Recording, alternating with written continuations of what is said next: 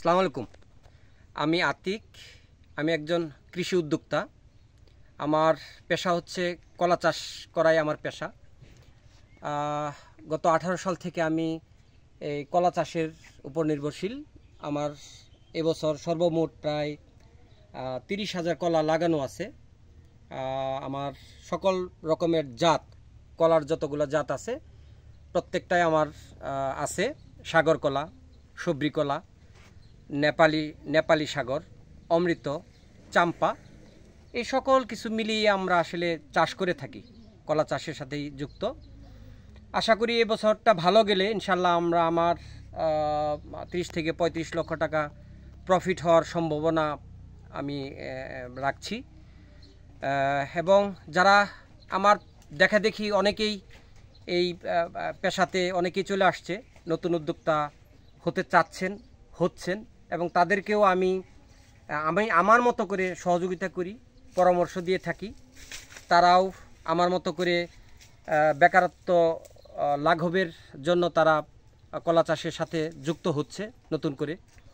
এবং আমি মোটামুটি নিজেকে স্বাবলম্বী বলতে পারি, কারণ আমি কলা চাষে মোটামুটি সফল। আমি গত বছর যদিও একটু কলা চাষে একটু খারাপ গেছে রাজনৈতিক অস্থিরতার কারণে।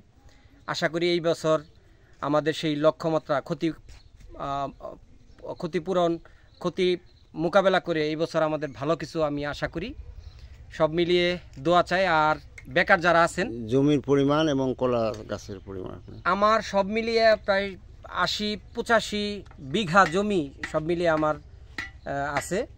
এই 85 বিঘা জমির মধ্যে আমার প্রায় 30,000 কলা লাগানো আছে বিভিন্ন জাতের।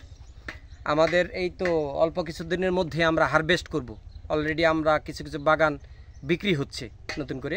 আমাদের কলা তো সারা বছরের ফসল, সারা বছরই আমরা ফসল এটা উৎপাদন করি এবং বিক্রিও করি, হারভেস্ট করি।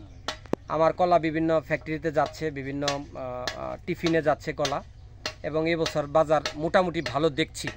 আশা করি যে ভালো কিছু হবে। নতুনদের জন্য কি বলবেন আপনি?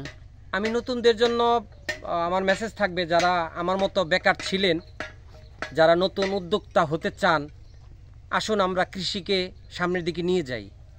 আমরা দেশটাকে কৃষি নির্ভর বাংলাদেশ দেখতে চাই। আমার প্রত্যয় হচ্ছে খালি জমি খালি না রেখে আমরা কলা চাষের মধ্য দিয়ে নিজেকে স্বাবলম্বী করি। ধন্যবাদ।